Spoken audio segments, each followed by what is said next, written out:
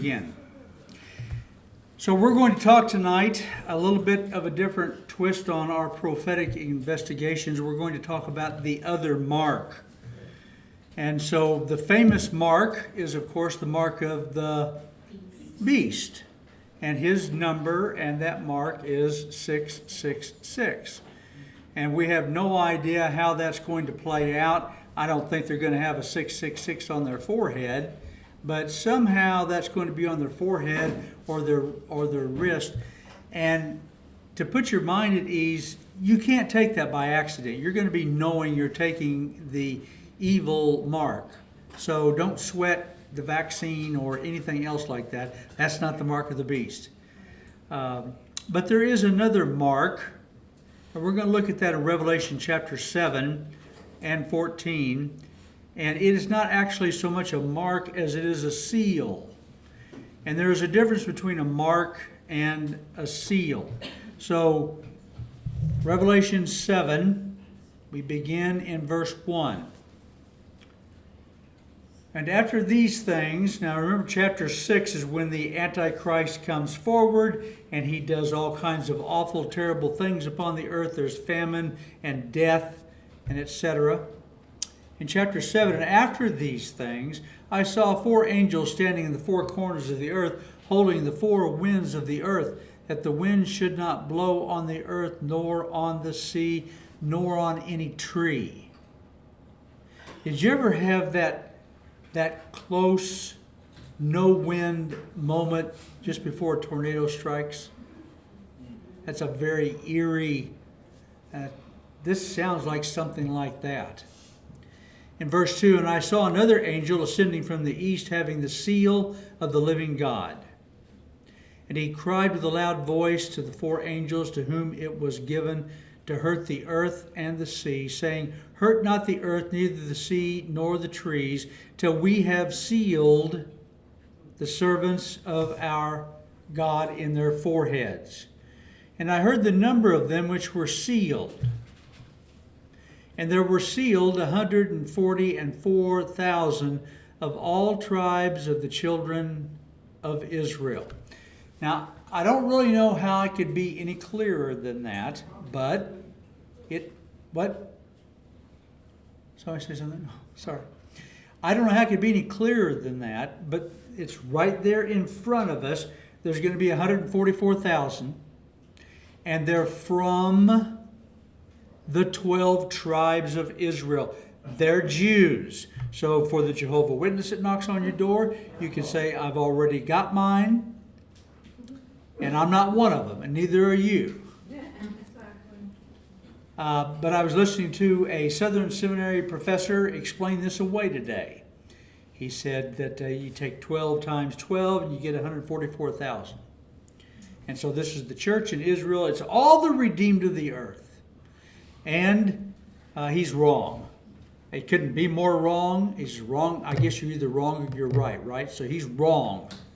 And why they go to the trouble to explain that away, why they don't want that to be the Jews, is what we're going to talk about tonight. Why those theologians who are of a covenant theology persuasion want to explain this away and say this is the redeemed and not Jews. That's what we're going to talk about, because it's becoming a revived thing in our days. And so you could go on and read all the rest of that. It's very interesting. I want to go over to chapter 14, though, and the first couple of verses. Revelation 14, verse 1. And I looked, and lo, a lamb stood in the Mount Zion, and with him 144,000, having his Father's name written in their foreheads. And I heard a voice from heaven as the voice of many waters, and as the voice of a great thunder.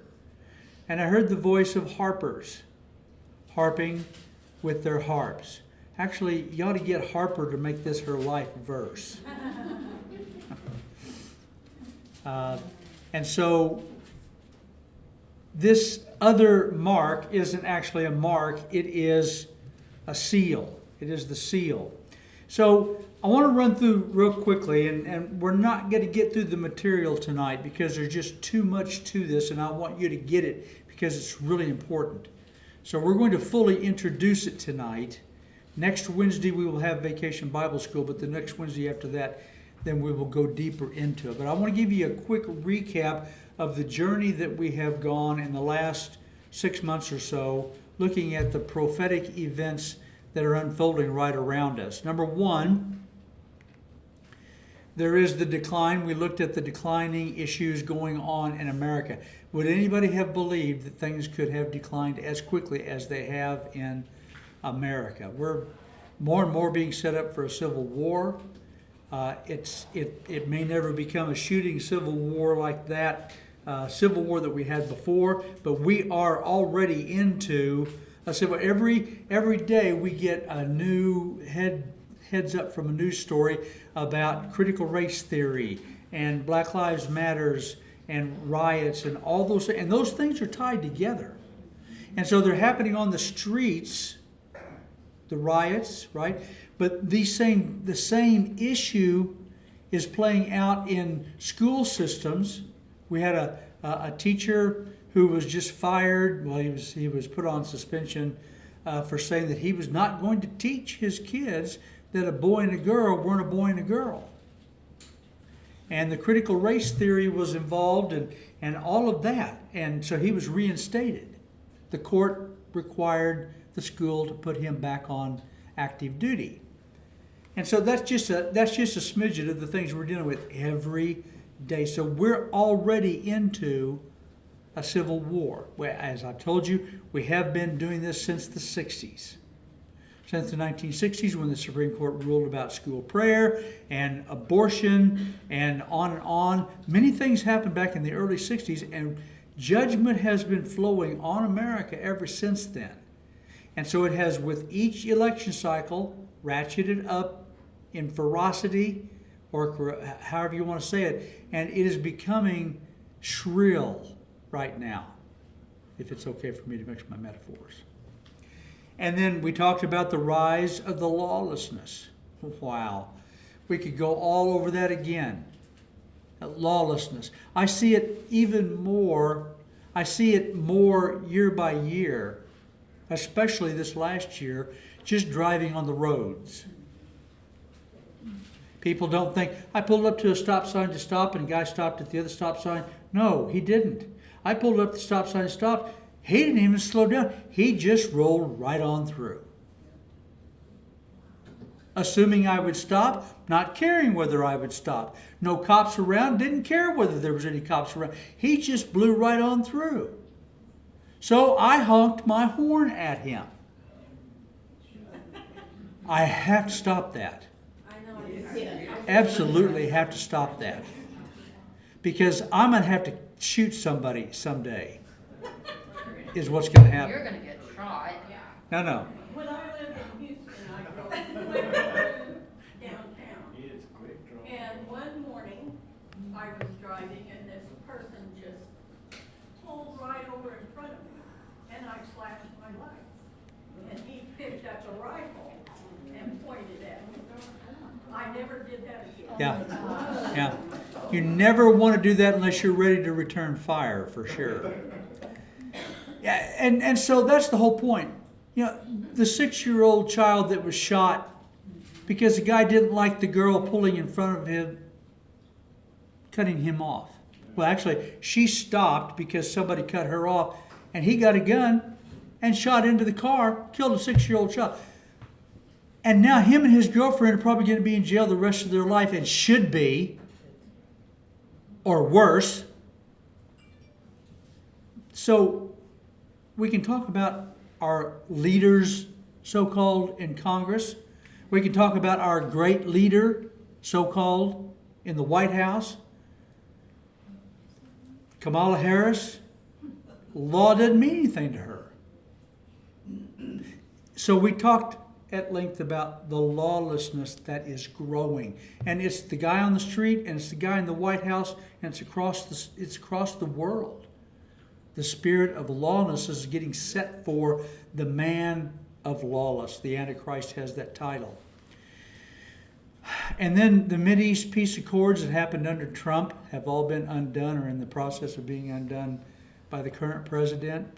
They're getting set up, though, and this is showing us that over money, countries will align with Israel that wouldn't have before.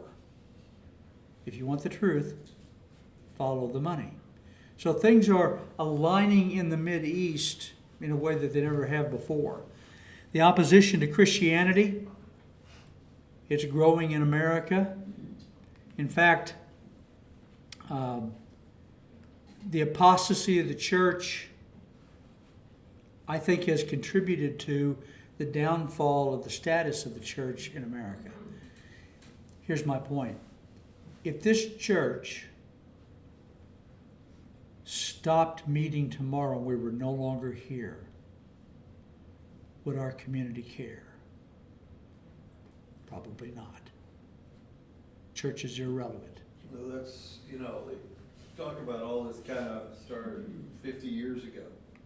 People were real satisfied to sit back, and be preached to or whatever, not engage, and they didn't engage in the government, they didn't engage in their school boards, they didn't engage, the PTA was going and that kind of thing, but the leadership of it has been taken over by all of those who did intentionally do it. And ultimately, that's what's going on in church. Everybody's very unintentionally done nothing.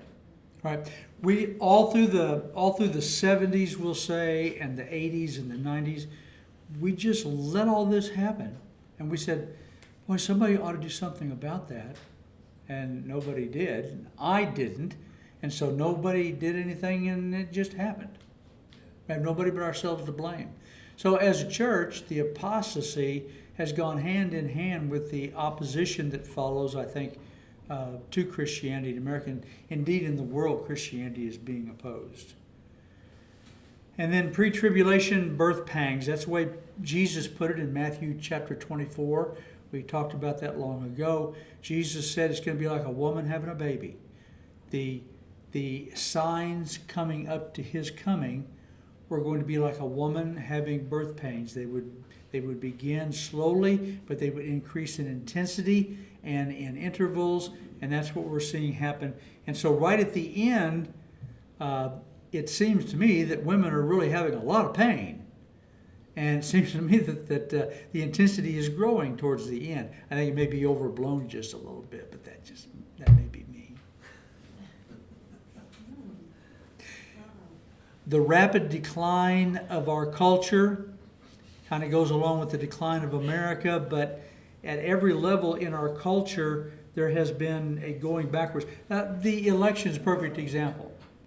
So, whatever the vote for presidents was, there was a great deal of abnormalities. There were a great deal of cheating that went on. Whether it would have made any difference to the election, I'm not even going to get into that, but people were willing to do things unethical. Now, there has always been Americans who would do things unethical in voting, right? In Chicago, all of my life, it has been a saying, vote early, vote often. There's always been cheating in America, but not at the level that we saw it in the last, actually, couple of elections. And I believe we can blame whoever we want to, but in the end, it's because people, run-of-the-mill people in America, are willing to do immoral things, unethical things that they wouldn't have done 30, 40 years ago. So the culture has declined very quickly. And then the setup for a strong delusion. We talked about that. Paul talked to the Thessalonians about the strong delusion that was going to come, and it's been hotly debated about what that's going to be. I think it's as simple as there's going to be some explanation given for why all these people went away overnight. I think it's going to be tied into aliens. I think we're being set up for all. So if I'm right that aliens is going to be part of the explanation for where all the Christians went, we've been set up with this for the idea of space travel for a long time, and aliens and life on other planets and all of that. Incrementally, we've been brought along. Who doesn't believe in aliens today? So we're being set up. Yes, you don't. I believe in demons, but they're going to be called aliens, and they're going to lead us in the right way when they finally come, according to the Pope. So we've been set up. And then COVID-19 and the Great Reset. We talked about that, and the New World Order. And they're not even keeping it under wraps. You know, in a previous, a decade ago, these groups, the Illuminati and etc., met, and their goal was always a new world order, but they kept it quiet and secret, and you couldn't go to their meetings. Now, this is just as open and up front, and you should be glad for it. The Great Reset has a whole bunch of things involved with it, and so what I have told you when we talked about the Great Reset, I want to reiterate to give you a little bit of peace about it. Okay? So you won't hear any of the prophecy people on the internet giving you any peace about it. They just say, this is coming and this is what's going to happen. Here are all these things that they want to do, and they're going to do them, but not tomorrow. These things are going to take far longer to happen than what you might be afraid. Okay, so don't get freaked out. This is where things are going, but it's not going to happen this year. Okay, so the elimination of national sovereignty and independence, well, it's not going to happen in America over time, but if we keep getting Democratic presidents, it'll be easier and easier. We may be a dozen years away from it. Destroy and replace the free enterprise economic system, that could happen in a couple of years. Not next month. Okay, I want to reiterate that. Eliminating private property, they're not going to do that next month, but in the next year, 2 or 3 or 4, they could well accomplish that. Own nothing, be happy, that's their mantra. Abolishing Christianity, yeah, they want to do that because we, true Christians, are in opposition in the same way that Trump had to go. Trump was an anti-globalist. He had to go. As I told you before we got to the election, he was either going to go by an election or a bullet in the back of the head. They were going to get rid of him. That was in concrete, so to speak, if I mix my metaphors. But Christians are right there as well. We are in the way of where they want to go with transgenderism and all that. We're in the way of that, yes. Well, the only way for that part to be good would be the Great Reset of the church, the rapture. The rapture. Yeah. That is going to be the Great Then we're gone, then they can do that. But they will dance in the streets when the Christians are gone. yeah. They will be free to do what they want. Cashless society, a universal income, that's already beginning to happen. There's what city? San Diego out in California has already instituted this. They're going to institute universal income for people. So and I grabbed this off the internet from a guy who was really talking intelligently about the Great Reset. He was Jewish. He said the most dangerous part of the Great Reset is the goal of centralized banking. If you want the truth, follow the money. This will be how they will bring everything in. In 2020, banking is the single largest challenge for world evangelism. You believe that? Think about it. The Great Reset will centralize all financial resources, making it almost impossible to use funds for Christian activities in nations where Christianity is illegal.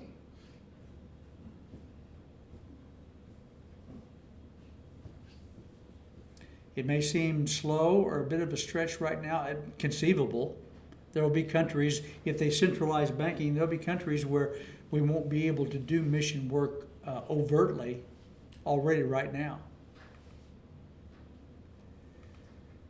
And then the rapture anticipation. A few weeks ago, I told you, actually a couple of months ago, I told you in frustration that I had reached the end of my rope. I am so ready for the rapture. I'm begging for a rapture. We've got to get out of here, or we need to get busy reaching people. I was listening to a video, a church growth expert was talking to a church, evidently a small church of about 50 people, and he asked some questions in his talk. He said, how many baptisms did you have in the last year?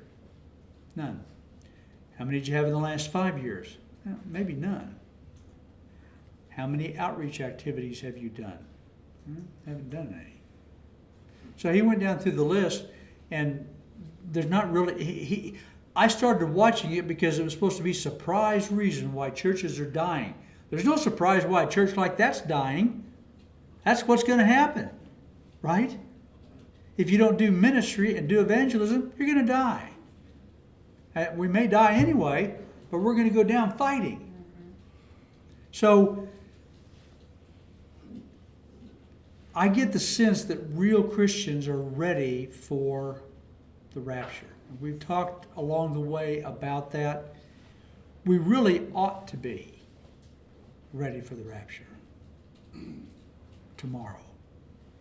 Yes? Ready is a little different than resigning ourselves to, we can't do anything but that rapture coming. And I think that's the battle we get, a little bit pessimistic. I know I do. Yeah, we're lazy. We want to quit. We don't want to fight hard. Now, maybe fight harder. That's the only way we got to go. Yeah. So.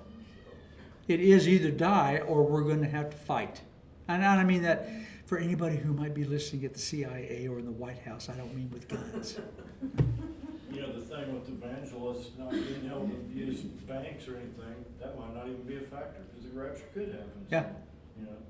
It will be when the rapture happens for sure. Right. But if the rapture is 5 years from now, we could bump up to that and have that problem. Yeah.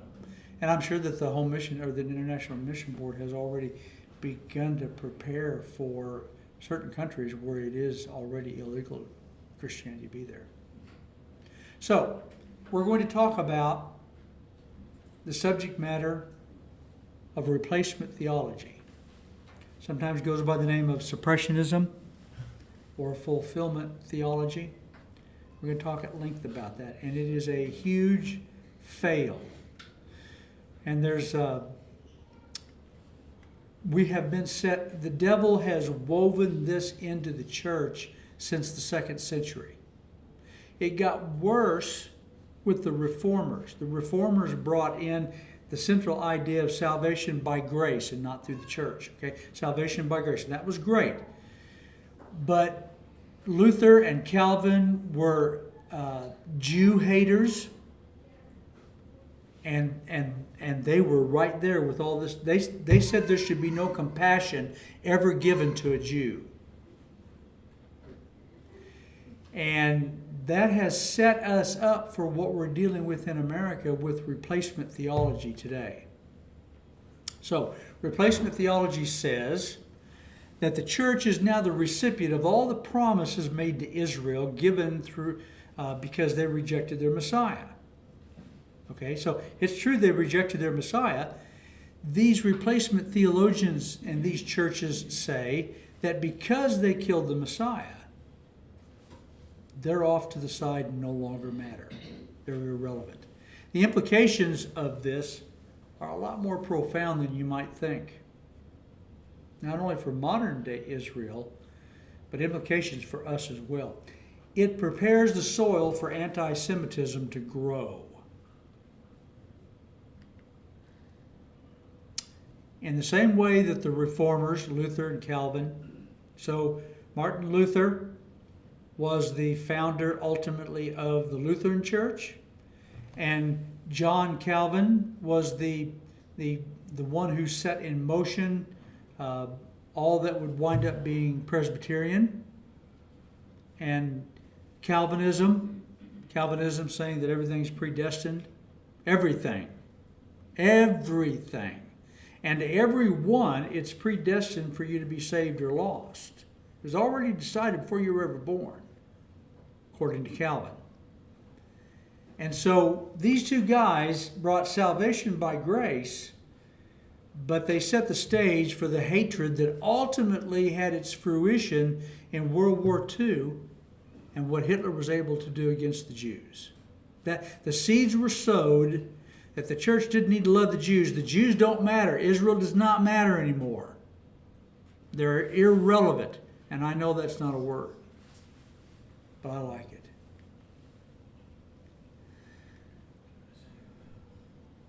So if the early church fathers and modern day replacement theology are correct, that God has cast away Israel, and they have said that he now hates the Jews. Hard to believe that a man of God like Luther would say that, but he did. He said God hates the Jews. What do we do with Romans 11:28? Romans 11:28. All of Romans 9, 10, and 11 deal with this issue. If you want a heads up on all this, read Romans 9, 10, and 11. Paul deals with the whole issue of how important Israel is to God today.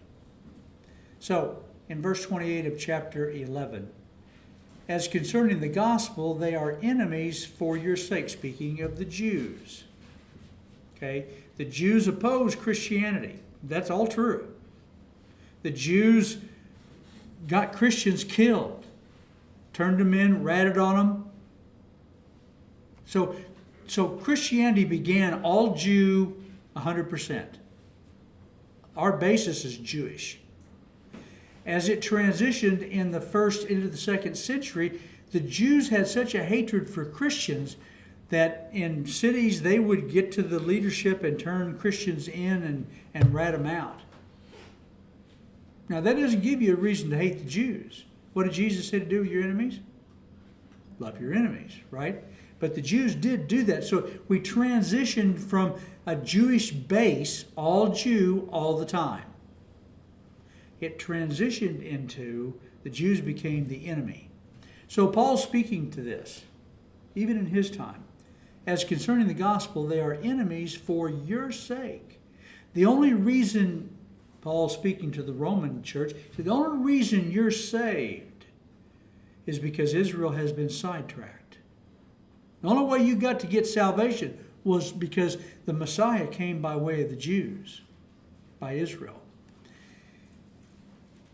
They are beloved for the Father's sake. Let me back.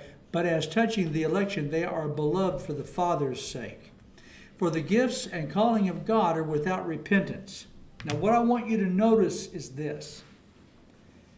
Paul is saying when God gives a promise, it's irrevocable. Do you believe that? Yeah. It's true. When God gives a promise, that is irrevocable. So if God gave promises to the Jews, God's going to make good on those promises.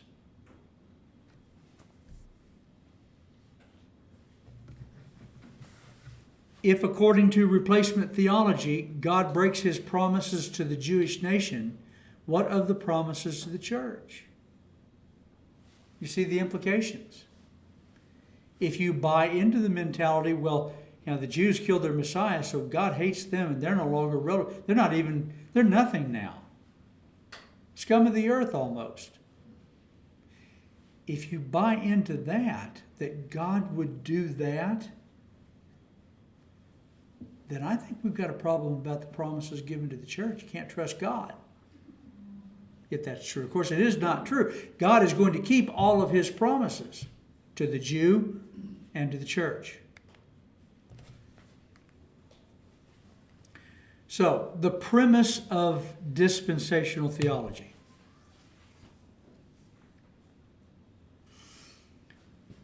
I am dispensational in my theology. And at one point at least, I don't know if we still are, but that was the predominant theology in most churches in America. I don't know if that's true anymore. I'm afraid replacement theology is beginning to really take hold. But the premise for it is in 2 Timothy chapter 2, verse 15. Paul says, "Study to show thyself approved unto God, a workman that needeth not to be ashamed, rightly dividing the word of truth." And the emphasis there is on the dividing. So you divide between certain things and you apply them correctly. If you don't do, in my estimate, if you don't do that, you're never going to understand the Bible. So to render it down really simple and kind of oversimplify it, because you're going to find, like John MacArthur is a dispensationalist, but he's also a Calvinist. So there's all kinds of switching around. You can't say one thing about one person that applies to everybody in that group. But the dispensational theology is the only way the Bible ever made sense to me. So there's these two basic mindsets. Dispensational theology says you've got to divide between like law and grace. Old Covenant, New Testament, Covenant. The other mentality is called covenant theology. Generally speaking, they are replacement theology. In covenant theology, they say that it's all about the covenants. You can go way deep into that, but in essence, they say Israel was for its time, but gave way because the Messiah came, and now it's the church, and Israel doesn't matter. So I'm going to try to enlighten you a little bit on dispensational theology, because that's where I come from, and it's the only way the Bible made any sense to me. Some examples of what you need to divide, separate, and apply properly. You've got three people groups in the Bible: the Jew, the Gentile, and the church. Wherever you're reading in the Bible, if you don't know who it's speaking to, you're going to be perhaps taking a promise given to the Jews and applying it to the church. You can't do that. It's one of my biggest problems with 2 Chronicles 7:14. If my people, which are called by my name, okay, that's not the church. That's Israel. Now you can get a general sense morally and ethically where God is at if his people will genuinely come to him rightly. He's a God who loves to forgive. But don't take that promise that was given to a Jew and try to apply it to the church. You see what I'm talking about? And this applies all over the place. Now, very often you're going to find a moral or ethical teaching about God that's true no matter where you find anything about God or who he's talking to, right? But there are certain places where it is very precise and specific. There are promises given to the Gentiles. There are promises given to the church. Can you think of a promise given to the church that was not given to Israel? Jesus said to his disciples, he said, "In this world ye shall have tribulation." Now that's foreign to the Jew. To the Jew, to Israel, God promised them prosperity. God promised them that they would grow and become rich. This is the reason why Jews are really good at making money, because God has put that upon them. But that's not what Jesus gave to the church. And my biggest problem with Benny Hinn and that whole bunch today is they reach back and they get promises out of the Old Testament to the Jew or to Israel, and they try to apply it today to the church, and it won't work. Other examples.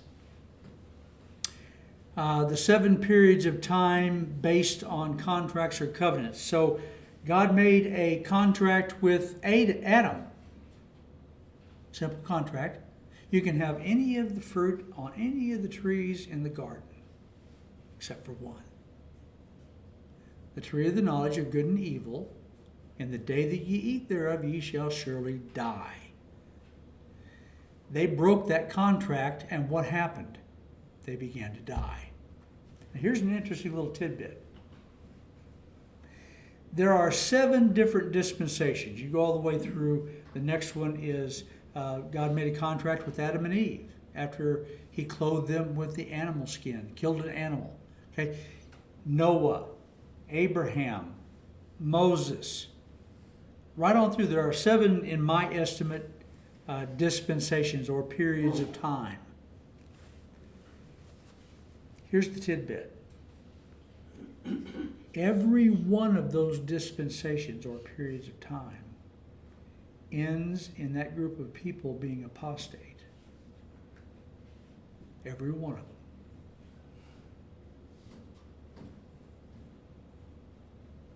Now that'll take a while to process all that.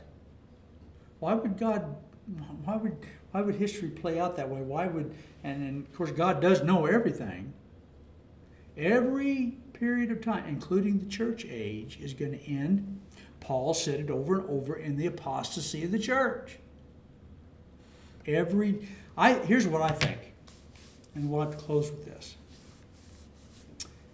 I believe that what that says is, aside from grace, no one would ever be saved. I believe it's a big blinking sign that says, aside from grace, no one would ever be saved. Well, I thought it was more profound, evidently, than you do. So, there's a bit of an introduction, but we're going to go much deeper into replacement theology because it has huge implications for whether Christians in America will elect leaders who will love Israel or not. Implications for Israel, implications for the church in this theology are huge. I believe that we are seeing this take hold today in America, and it is part of the reason why Biden is in the White House. Not the only reason. And I believe that's going to grow more and more. The Jews in America predominantly vote for Democrats. Even though, well, they're shooting their brethren in the foot when they do that. Okay, we're going to have to stop. Our time is gone. I hope I have whetted your appetite. I hope I have gotten your interest to see how this plays out more and the implications for Israel and for our church.